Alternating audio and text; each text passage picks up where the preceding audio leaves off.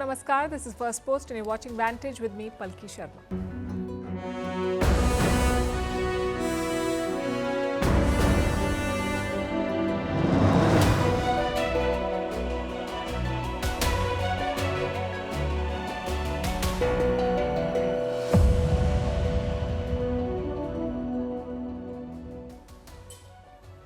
Bangladesh is on the boil again. Troops have been deployed after reports of fresh clashes. College students are protesting, newspapers are being forced shut, and the unelected leader, Mohammad Yunus, who has been in office for 100 days, is asking for more time.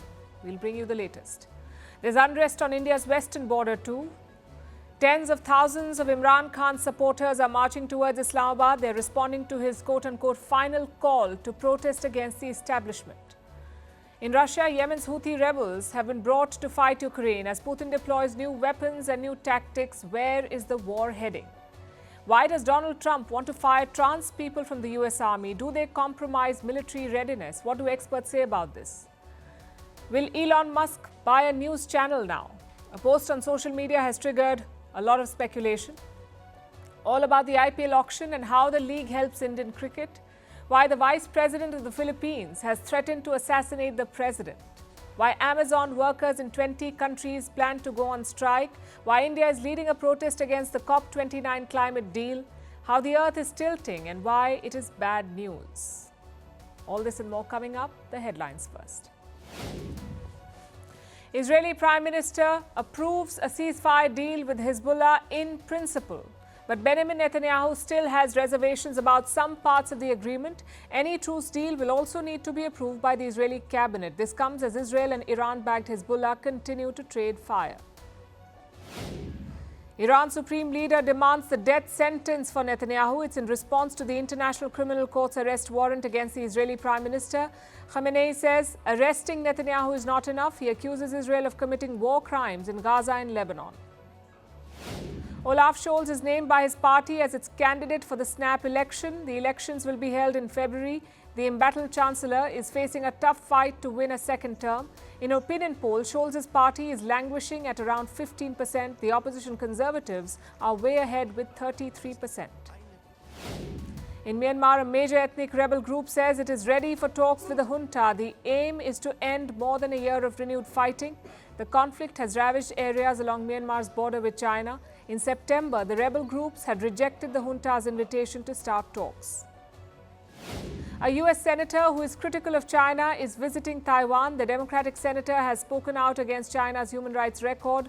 Visits to Taiwan by foreign politicians often anger Beijing, which claims that the self-ruled island is part of its territory.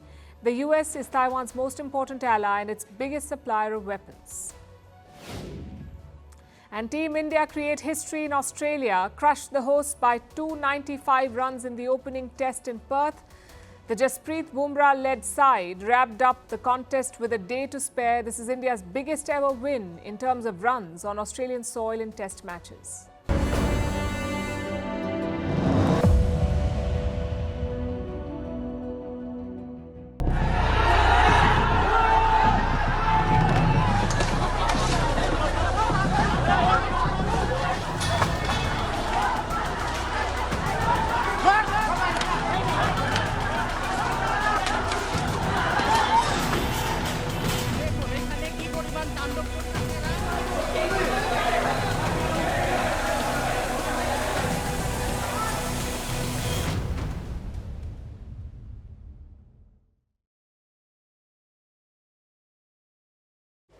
Tensions have flared up in Bangladesh once again. College students are staging protests, this time for a different reason, but the result is the same. Chaos has returned to the streets of Dhaka. Take a look at this.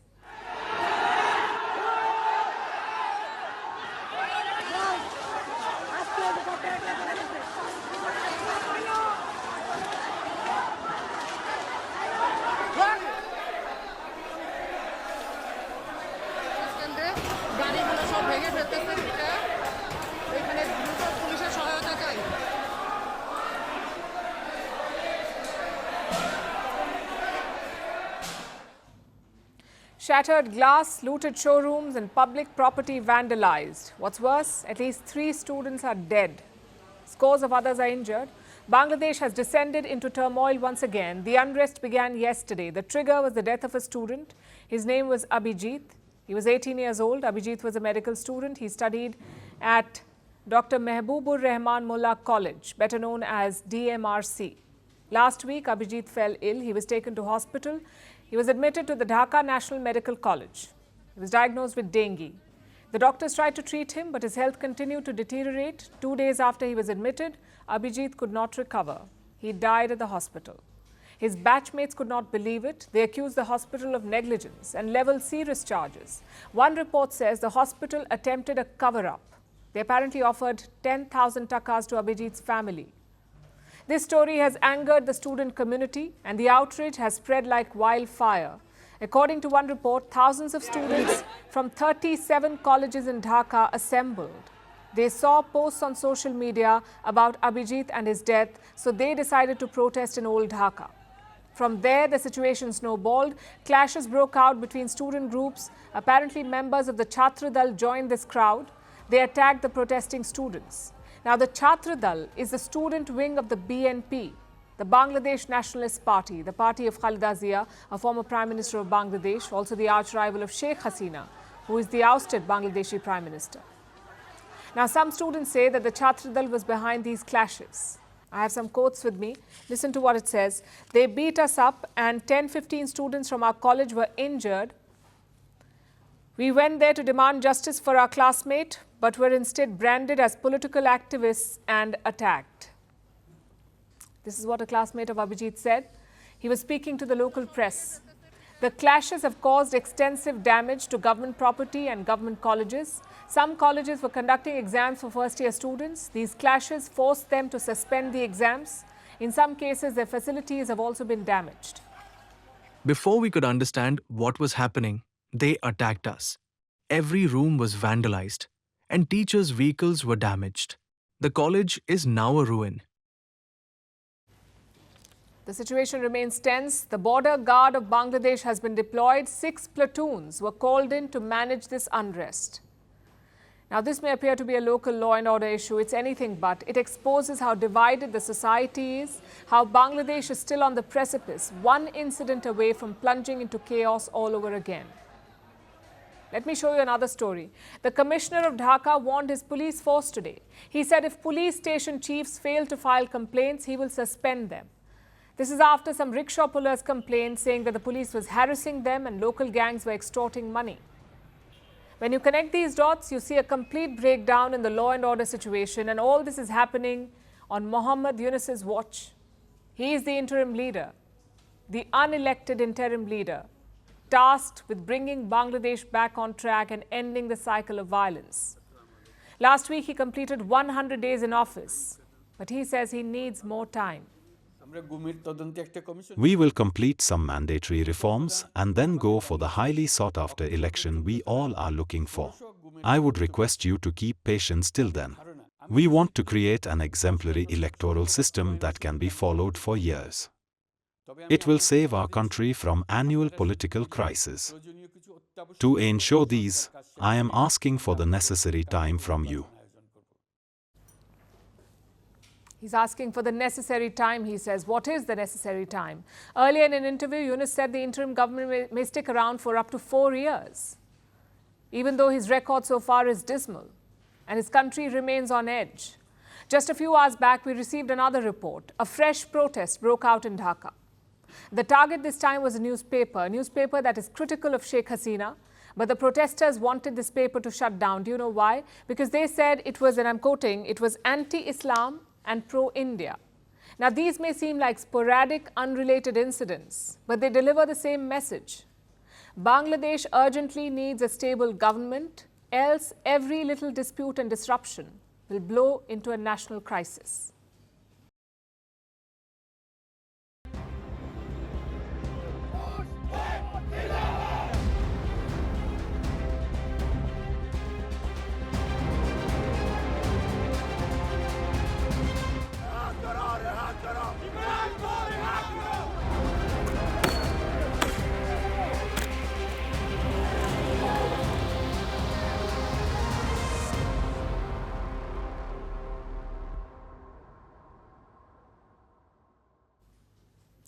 Now we turn to Pakistan, where a massive protest is underway. Thousands have taken to the streets. They're marching from all corners of the country and making their way to the capital, Islamabad. The protest has been organized by the PTI, the Pakistan Tehreek-e-Insaf Party. It is the party of former Prime Minister Imran Khan. So it is the PTI and Imran Khan's supporters who are protesting. They're moving in large convoys. They took off yesterday on November 24th. They're traveling from all over Pakistan. But the biggest convoy is from Khyber Pakhtunkhwa. It is reportedly 2 kilometers long. Thousands of people are part of this group, including Imran Khan's wife, Bushra Bibi. Khan के हुक्म पे 24 नवंबर से नहत्ती अवाम रुकावटें हटाती हुई इस्लामाबाद पहुंच रही है। जो अभी तक नहीं निकले वो अपने और अपने मुल्क के मुस्तकबिल के लिए इस्लामाबाद पहुंचे, क्योंकि आपके मुल्क के मुस्तकबिल का सवाल है। The convoy from Khyber Pakhtunkhwa is inching towards D Chowk. What is D Chowk? It's the spot right outside Pakistan's Parliament building. That is where they plan to end their march and begin a sit-in protest. The Pakistani authorities are doing everything they can to stop them. They have blocked major roads with cargo containers. They've banned large gatherings and processions in Pakistan's Punjab province. Thousands of people have been arrested for violating these orders. This includes at least 5 parliamentarians. The police have also been trying to push the protesters back. They have fired tear gas, trying to stop their advance. But the convoys came prepared. The one from Khyber Pakhtunkhwa is carrying industrial-sized fans to blow away the tear gas. The protesters have been clashing with the police, pelting stones and forcing them to retreat. The scenes resemble a war zone. Take a look at this.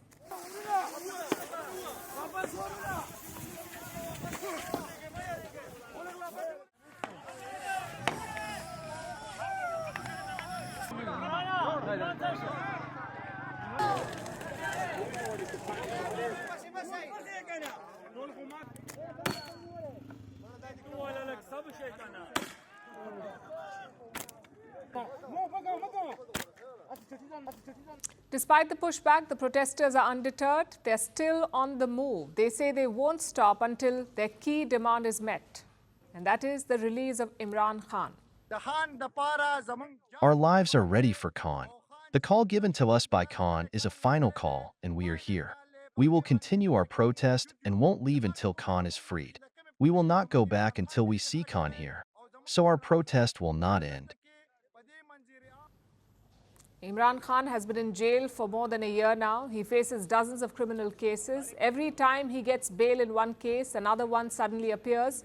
In fact, there are more than 200 cases against him. His party says they have been filed to keep him in prison forever. So his supporters say they've had enough. They've taken to the streets by the thousands, demanding his release. The call for this protest was issued by Imran Khan himself. He called it the final call. He says it's a do-or-die moment for Pakistan's democracy. Now, most of us do not think highly of Pakistan's democratic credentials. For decades, this country has been run by a military junta. Pakistan's army controls everything from the shadows. They prop up and dethrone politicians according to their whims and fancies. That's what passes for democracy in Pakistan. Imran Khan, too, was once propped up by the army, but then they fell out. His supporters say he stood up to the army and he's being punished for it, which is why they're marching for him. Pakistan's government, on the other hand, has called them miscreants. It says Imran Khan supporters just want to cause mayhem, especially whenever a foreign dignitary comes to the country. Islamabad, as we speak, is hosting the president of Belarus, Alexander Lukashenko. Lukashenko is on a 3-day visit to Pakistan, so the protesters are likely to enter Islamabad while he is still in town. And this won't be a first. The PTI tried to protest last month as well, when Pakistan was hosting the SCO summit, the Shanghai Cooperation Organization summit. You see the pattern. The PTI plans protests to coincide with foreign visits. The strategy is to get international media coverage. It's usually quite successful, but despite this coverage, their main demand has not been met. Imran Khan is still languishing in jail. It's been more than 1 year, no matter how many protests he's called for. He says this one is a final call. But will he succeed this time? Will his supporters finally force the hand of the Pakistani establishment? It's a long shot, but we'll track this for you.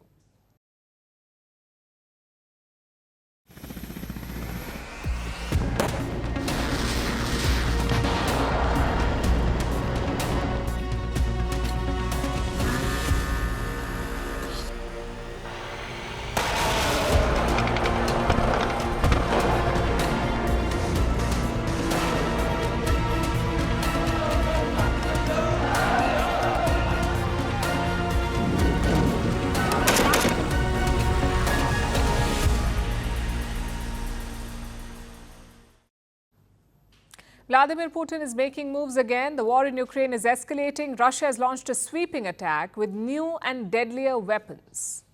And the Russian president is blaming the West for this escalation. As we have repeatedly emphasized, the regional conflict in Ukraine provoked by the West has acquired elements of a global character. The war is expanding. That is the message from Putin. But what triggered this new phase of hostilities? Last week, Joe Biden made a major concession to Ukraine. He allowed them to use long-range weapons against Russia.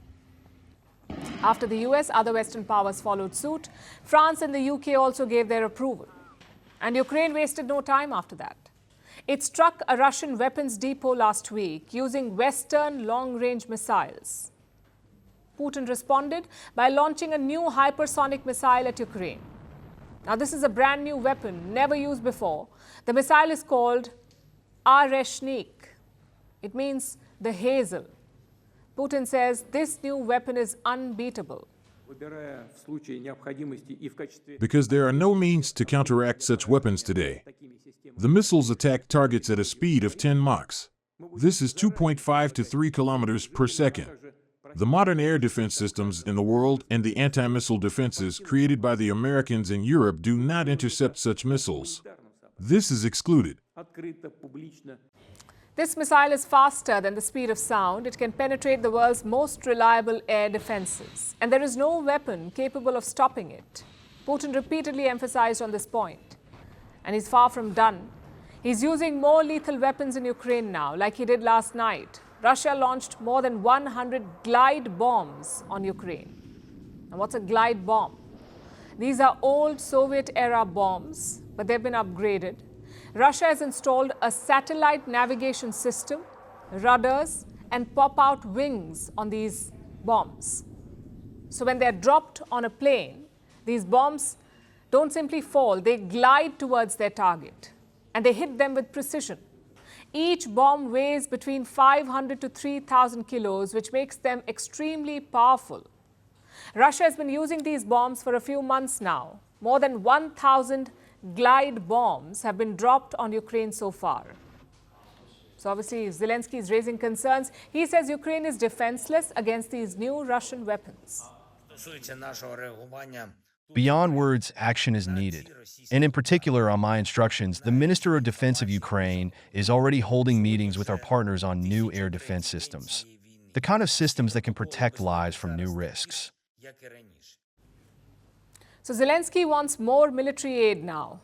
His new demand is this: advanced air defenses. That's what he wants. And frankly, this has become an endless cycle. With every escalation, Ukraine makes new demands. A few months ago, Kyiv wanted long-range strike capabilities. It had missiles from the West, but it did not have the permission. They were not allowed to use long-range missiles for attacks against Russia. That changed last week when Biden relented. And this capability to use long-range weapons was supposed to act as a deterrent. It was meant to stop Russian aggression, but it hasn't. Instead, the plan has backfired.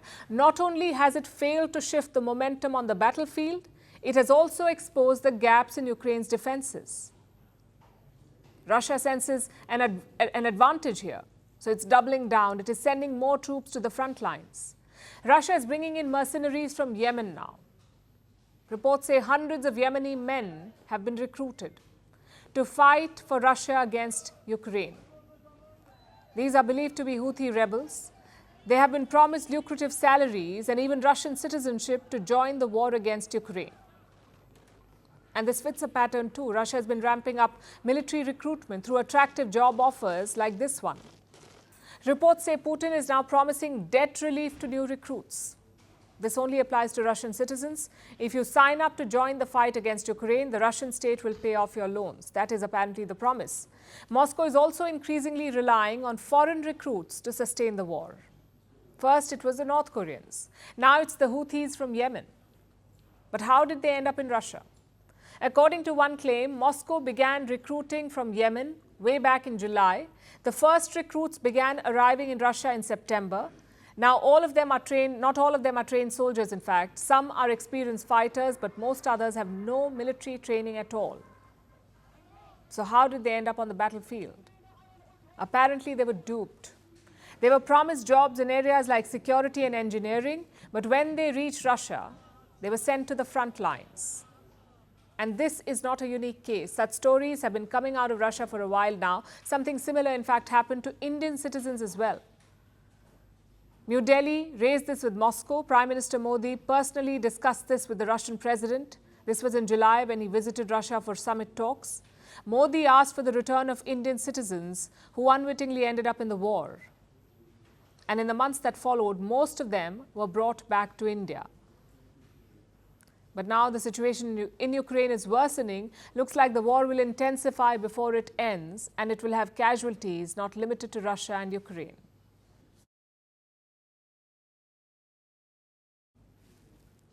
Let's turn to the US now, where Donald Trump is shaking things up, or at least promising to. He's got a long list of things to do on his first day in office. Tonight, we have a new item on that list: transgender people. Trump wants to expel them from the US Army, and this has triggered a whole new debate. Reports say that Donald Trump will sign an executive order on day one in office. He will ask the Pentagon, which is their defense ministry, to fire all trans workers. And how many is that? Around 15,000. He wants to fire 15,000 trans workers from the US military. Frankly, it's on brand for Trump. In his first term in office, he banned transgenders from joining the US Army. Later, Joe Biden reversed that ban. And now that Trump is coming back to office, he promises to go one step ahead. He wants to fire trans people in the armed forces. Now, this raises two questions. One, why is Trump doing it? What is his reasoning? And two, should trans people be allowed to serve at all?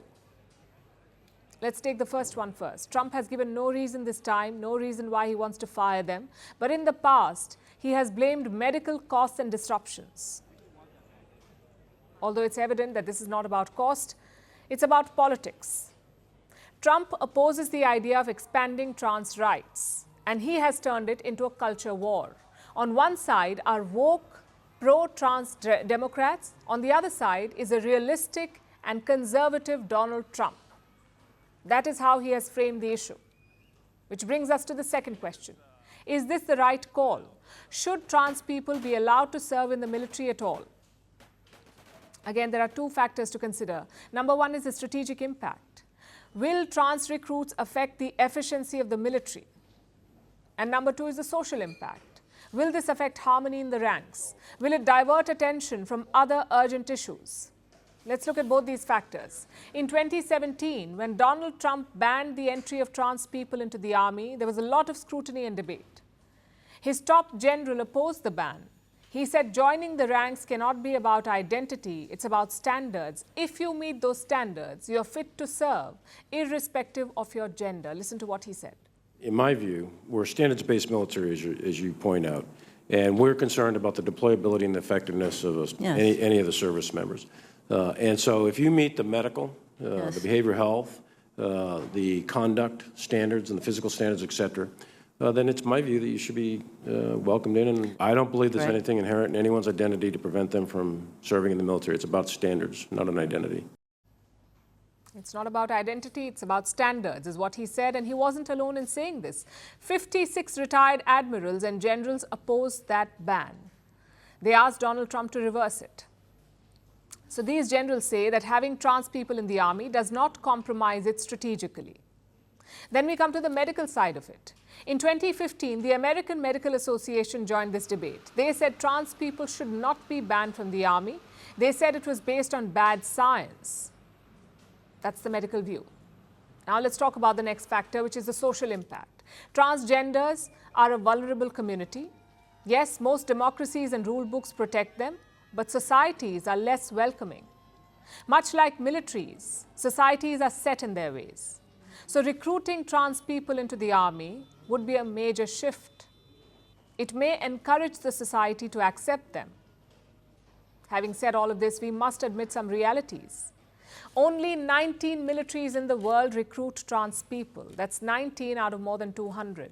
And India is not one of them. Trans and gay people are not allowed to serve in the Indian military, but officials are discussing some changes. Last year, they started looking at employment opportunities for trans people. This may not be in combat or officer roles, though.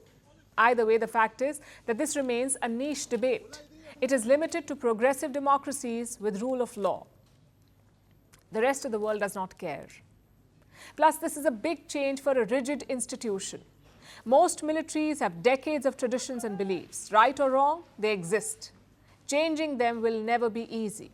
Expect the system to fight back, just like it did while recruiting women into the ranks. In the last century, most countries did not like the idea. Only men were allowed in combat roles. And today, around 16 countries recruit women. Even the Indian Air Force has women pilots. Has this shift destroyed the military's foundation? Has it made countries less safe? Clearly not. So the bottom line is this: any decision on the military must be based on facts. It must be based on medical and strategic facts. It cannot be based on opinion, and certainly not on political convenience. And this is an important debate. Doctors, politicians, military experts and officers, all of them should be part of it. But most importantly, science and strategy should be part of it, not culture, wars and bigotry.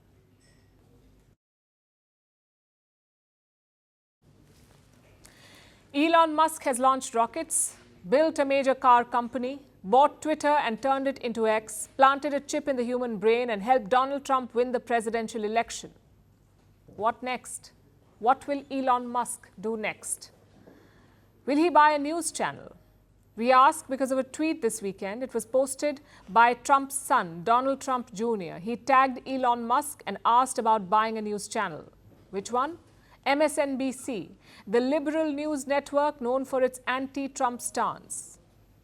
Musk replied with one question: how much does it cost? Now, it may sound like social media banter, but this is exactly how he bought Twitter 2 years ago. Needless to say, it has triggered speculation. So can and will Elon Musk buy MSNBC? Our next report tells you. In 2017, Elon Musk tweeted, "I love Twitter." So a follower commented, "You must buy it." The Tesla CEO promptly replied, "How much is it?" 5 years later, Musk bought Twitter for a record $44 billion. Will he do the same with MSNBC now? Well, that's the question on everyone's mind. It started with a random post on X. It said that Comcast was looking to sell MSNBC. Donald Trump's son tagged Musk on that post, saying, "I have the funniest idea ever." Musk replied, "How much does it cost?" Similar to his tweet in 2017. It didn't stop at just that. Joe Rogan too commented on this. He said he wanted to replace Rachel Maddow if Musk bought MSNBC. Musk replied with a simple deal. But was this in jest, or does Musk actually want to buy MSNBC? Let's look at the network first. MSNBC was established in 1996. It was a joint venture between NBC and Microsoft. As years progressed, Microsoft divested its stakes. The network went into establishing itself as a liberal brand, moving more into opinion programming and shows led by left-leaning firebrand hosts. Right now, MSNBC is owned by NBC Universal, a subsidiary of Comcast, and it has seen its ratings tank. Since Election Day, the network averaged 550,000 viewers. That's a 39% drop in viewership. During prime time, viewership dropped by almost 53%. So the network is facing some business challenges, which is why Comcast now has a new plan. It has announced a massive spin-off of its cable properties. MSNBC, along with CNBC, will now be part of a new company. It will be called SpinCo. The separation has sparked rumors of layoffs and even changing the brand's identity. Beyond that, MSNBC fears backlash, especially from the new Trump administration. Their coverage of Trump has been critical, and the network thinks it could harm them. So, 2 weeks ago, Joe Scarborough and Mika Brzezinski arrived at Mar-a-Lago. They're the hosts of popular MSNBC show Morning Joe. This was their explanation. Joe and I realized it's time to do something different, and that starts with not only talking about Donald Trump but also talking with him. We didn't see eye to eye on a lot of issues, and we told him so. What we did agree on was to restart communications. But the reason was clear enough. They feared legal harassment, or at least some blowback, which is why the sit-down with the future US president, who they have relentlessly criticized during the last 4 years. Now, a sale of MSNBC is unlikely. Comcast isn't looking to sell the entity or even part with it. But the Trump administration has other alternatives. Take the new Comcast deal. It will move everything to a new company, but it needs financing to back it. That could mean two things. Either it would sell an existing entity or partner up with another company. This deal will require approval, especially from the Department of Justice. And guess who can delay the approval? The Trump administration. During his first term, Trump tried to block AT&T's takeover of CNN. This time, MSNBC could be staring at trouble. So, will Elon Musk really buy MSNBC? Probably not. But if history has taught us anything, never say never. Because with Musk, every tweet could be a billion-dollar idea.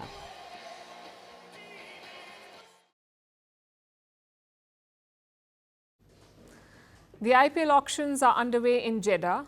It's been 2 days of intense bidding. We don't have the numbers from day 2 yet, but just look at day 1. 72 players were bought by different franchisees. A total of 467 crore rupees were spent. That's $56 million in 1 day.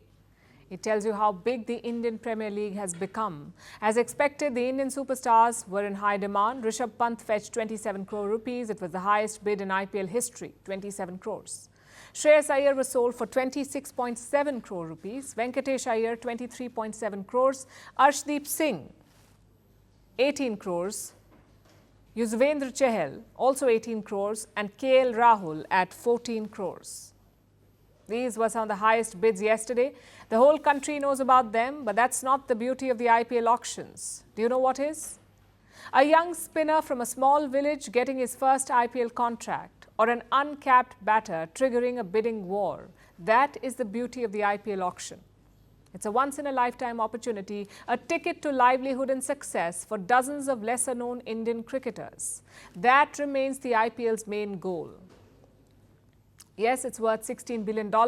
Yes, it's the richest cricket league in the world, but ultimately it serves Indian cricket, and quite well too. The IPL has created the perfect pipeline of talent. All of us see the televised auction. What we don't see is the background work. How do they do it? All IPL franchisees have scouting teams. This may include former cricketers, data analysts, former umpires, and match referees. These teams watch dozens of domestic Indian cricket matches. They scout hundreds of young Indian players. Only then do they bid for them. So if you perform well in the domestic circuit, if you make big runs or get wickets in Indian tournaments, chances are you will get a contract. That's what happened to a young fast bowler in Gujarat. He was spotted by a scout for Mumbai Indians. In 2013, he made his IPL debut. And within 3 years, he was playing for India. That bowler was Jasprit Bumrah. Which brings us to the next step, sharing a dressing room with legends of the game.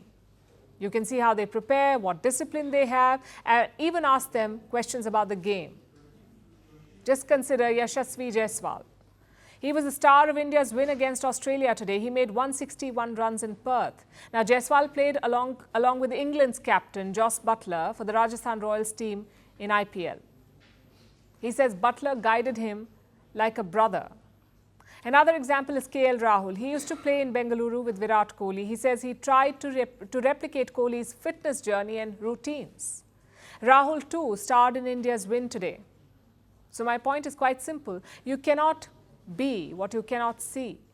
And the IPL helps young Indian players see the legends.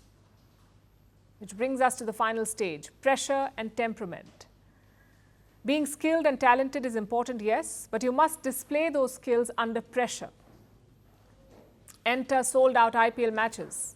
Young players know the stadium is packed, they know millions of people are watching at home, so they learn to play under pressure. And by the time they're picked for the Indian team, they're ready to go. The big stadiums or the crowds do not intimidate them anymore, nor do overseas bowlers or batters. Why? Because they've already faced all of it in the IPL. I know a lot of cricket purists dismiss this tournament. They say it's too commercialized, that franchisees turn Indian fans against each other. But look at the upside. The IPL has turned India into the big boss of world cricket. It's the perfect talent pipeline. And it's not even a new idea. Sporting leagues have been around for decades, not just in cricket, but other sports too. Consider the National Basketball Association or NBA in the US. Other countries also have basketball leagues, but no one comes close to the NBA. The result? Team USA is nearly unbeatable in the world. In football, that's not always the case though. The English Premier League is the richest and most popular, but England last won a men's trophy in 1966. So the key is balance. You can make money and fame from sporting leagues, but it must also serve your country. So far, the IPL has done that.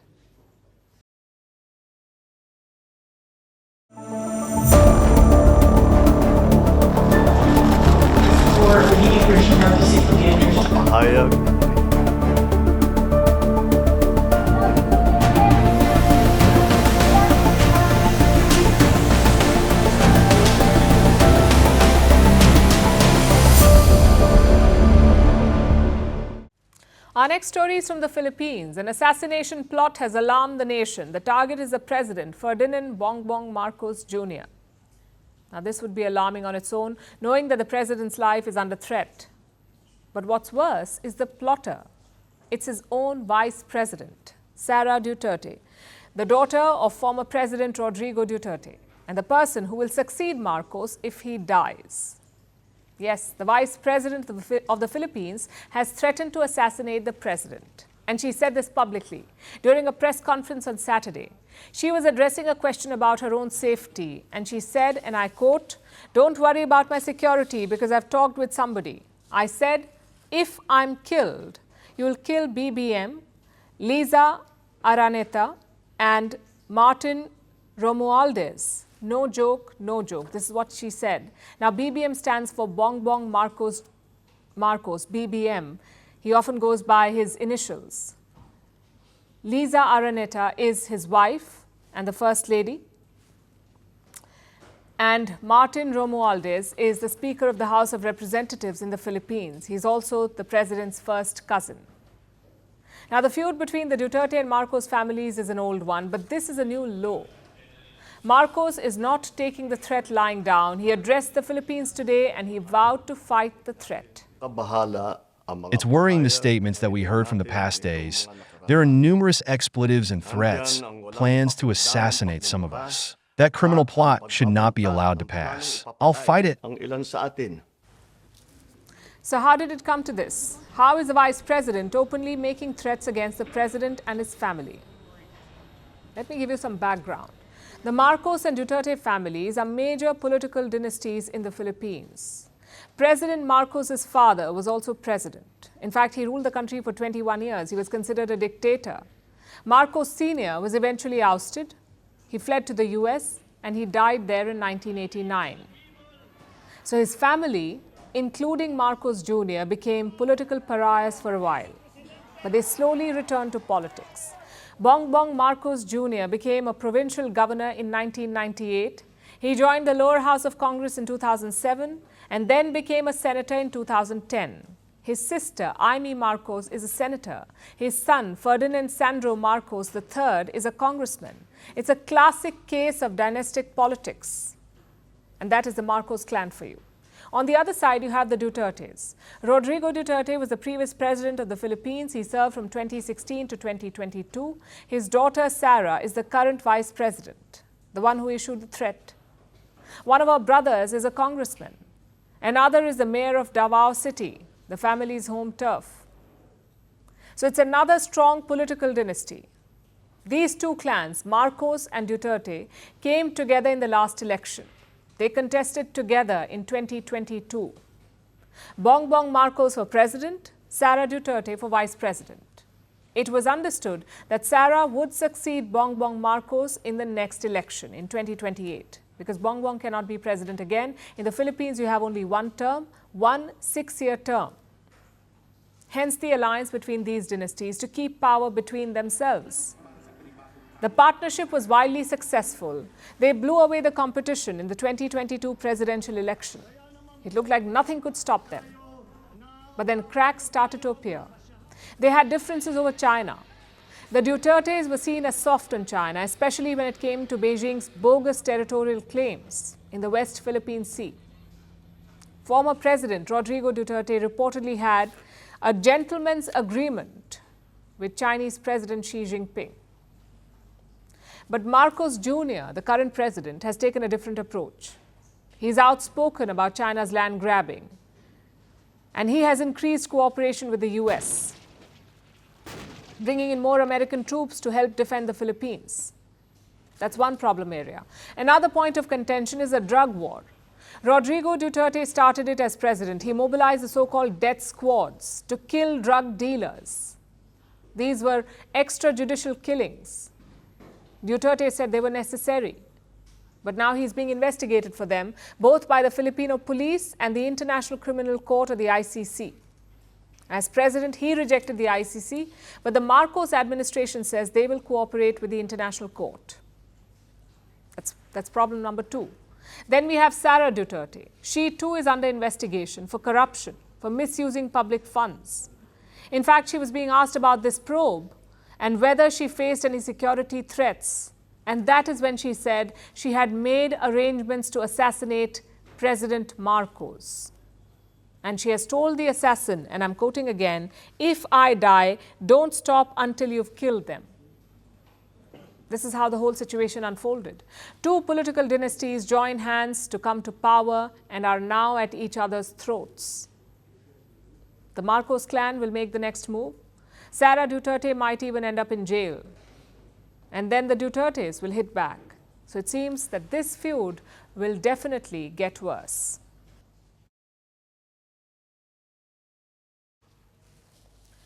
The Black Friday weekend is almost here. It begins on the 29th of November, and it is a bonanza for mammoth e-sellers like Amazon. Last year, this company made a record $1 billion from Black Friday sales.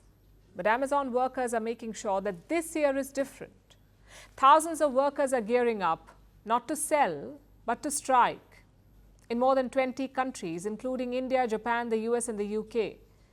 They will protest over the Black Friday weekend, demanding safe working conditions and better pay.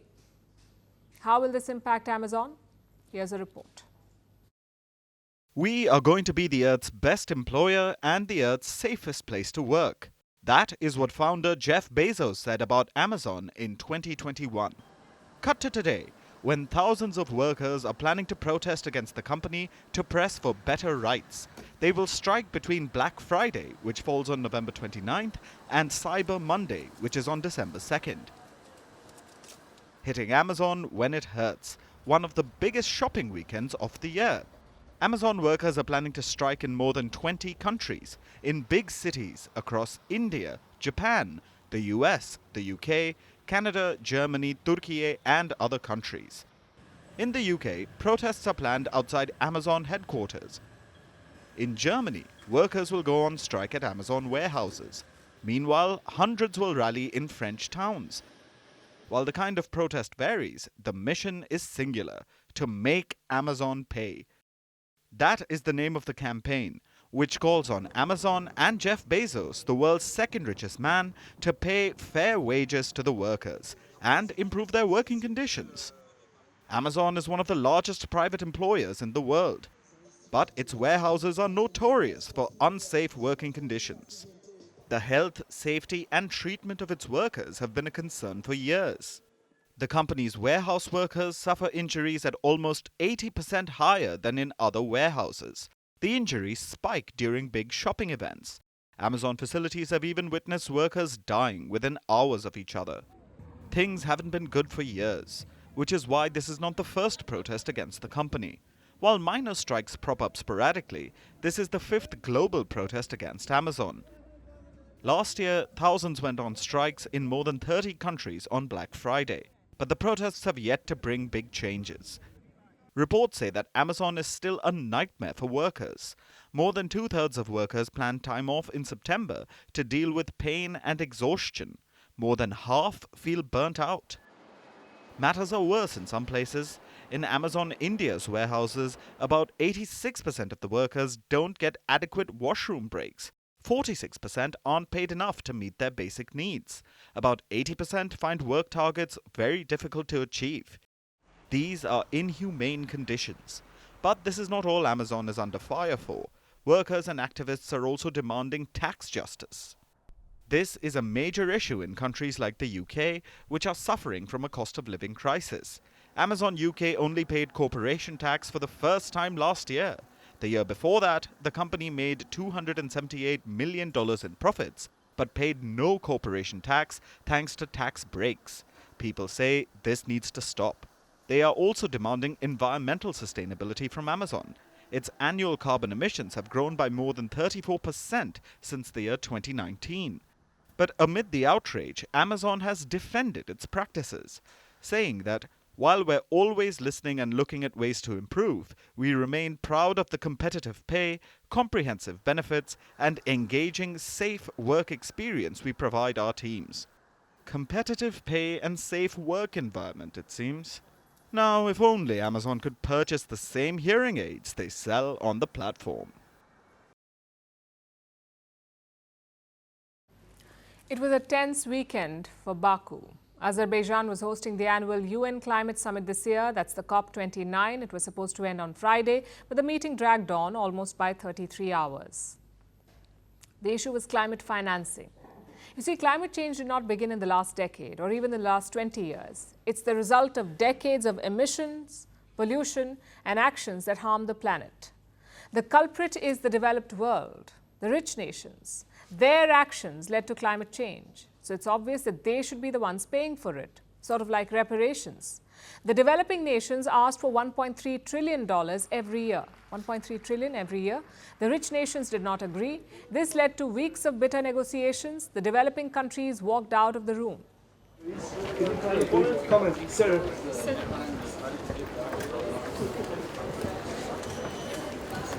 Sorry. Comments, anyone?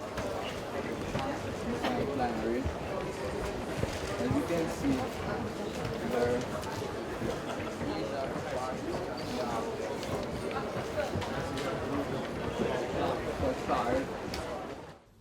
The West refused to budge. The poorer countries caved. There was no point holding the summit hostage, so a deal was finalized. $300 billion every year till 2035. That's the deal, $300 billion. It's less than 1/4 of what the developing nations wanted.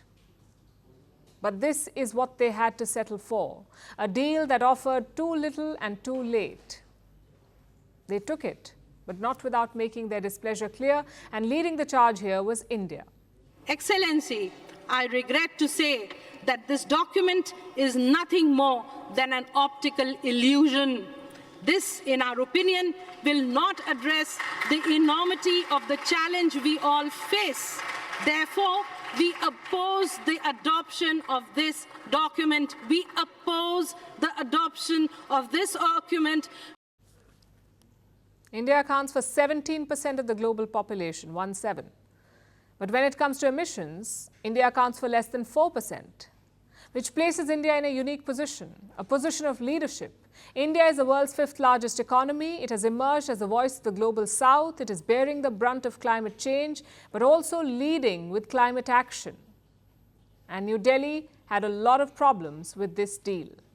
Trust is the basis for all action, and this incident is indicative of a lack of trust, a lack of collaboration on an issue which is a global challenge which is faced by all of us, and most of all by the developing countries that are not responsible for it. But we've seen what you have done. The first problem is the amount being offered. $300 billion may seem like a lot of money, but when you think about tackling climate change across the globe, it falls short. India calls it a paltry sum. The second is the way this deal was approved. Yes, member nations agreed on it, but India says the process was managed. New Delhi was not allowed to speak before. It was all rushed. And India, by the way, is not the only one complaining. That the developing country is saying that it's taking the lead with $300 billion till 2035 is a joke. And it's not something we should take lightly. I do not think it's something we should clap our hands and force us to take it. I do not think so. The least developed countries and the islands decided to walk out of the room because they don't feel they can engage, their issues were not recognized in the text. In 2015, developed nations made a promise at the COP summit in Paris. They're obligated to pay vulnerable countries. The initial pledge was $100 billion every year. This new deal promises more. It promises $300 billion. But experts say that the cost of handling climate change has increased dramatically. Today, it is between $1 to $1.3 trillion. Some even call it a war of attrition between the rich and the poor nations. And it's the same story at every COP summit. This was the COP29, the 29th edition. There have been 28 before, but they have little to show for it. The rich overpromise, the poor wait, there's political haggling, and it ends with a bad deal. Now, we get that climate is a tough pill to sell. The world is dealing with two wars, one in Europe, the other in West Asia. The global economy is still recovering. There's a cost of living crisis in many countries. So climate change may be the last thing on people's minds. But that does not change the fact that it is happening, and it's affecting all of us. The toxic air in Delhi, that's climate change. The typhoons in the Philippines, climate change again. Dubai's record-breaking rains, Europe's blistering heat wave, floods in Brazil, Kenya and China, cyclones in Bangladesh, rainfall in the Sahara Desert, island nations sinking, all of this is climate change. It's the one thing that does not care about borders or politics. And yet it remains an afterthought. Each summit, each deal is a reminder of what we have not done, of what we are still refusing to do. But the clock is ticking. The planet won't wait for political consensus. The floods will keep coming. The temperatures will keep rising. The sea levels will swallow lives and livelihoods. It's not just about financing, reparations or negotiations. It's about the future of this planet, our home. Unless Elon Musk has his way and builds human settlements on Mars, this is where we will have to live in the years to come. So let's think about it and act.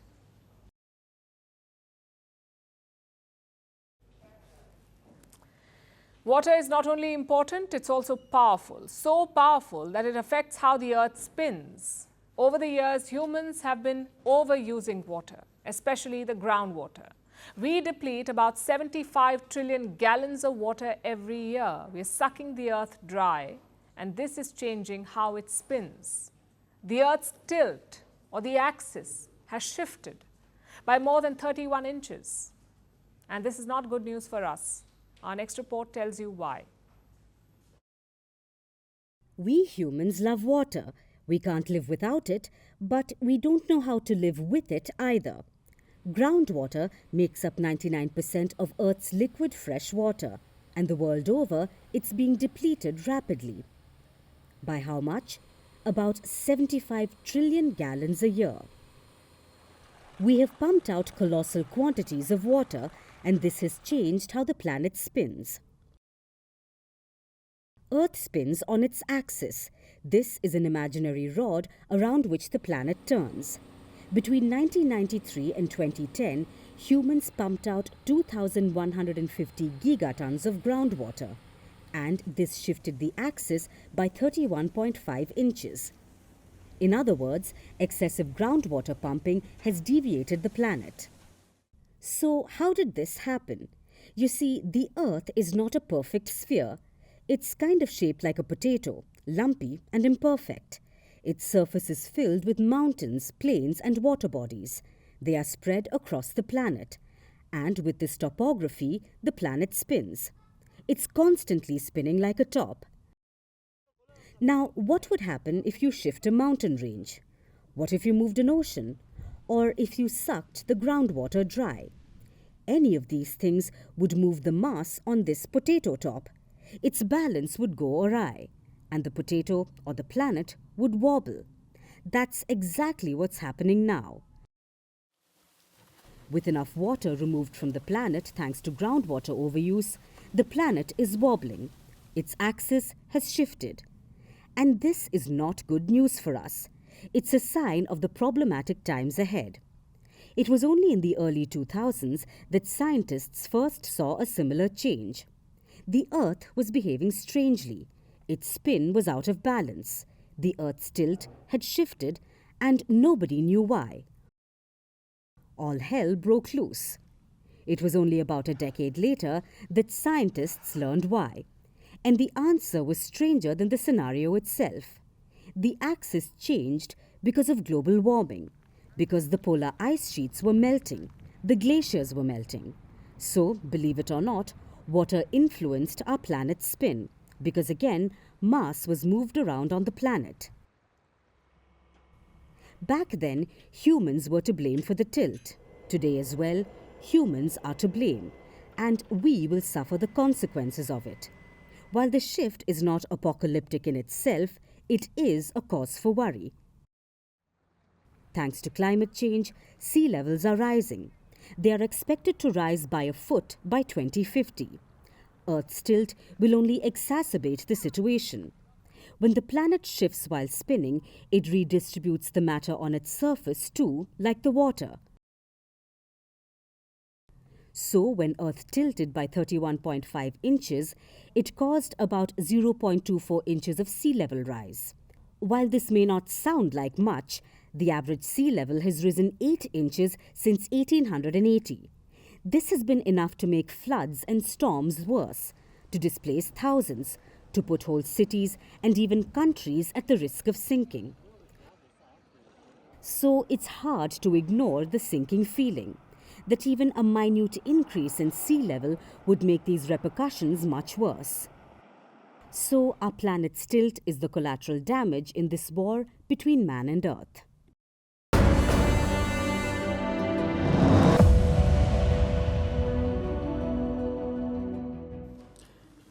We spoke about the IPL auctions tonight, but that's the serious stuff. On social media, it's all fun and banter. The franchisees are trolling each other, fans have turned auction experts, and the memes are as good as Virat Kohli's cover drive.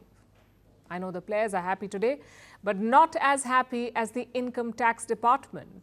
It's a 30% windfall for them overnight. Of course, not all these players will make the team.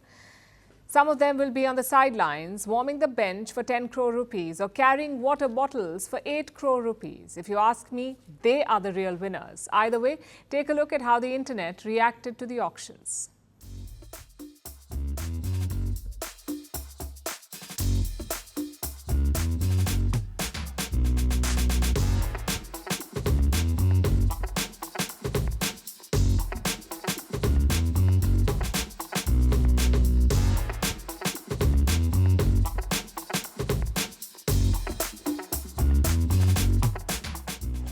Lakh 60 lakh 65 lakh 70 lakh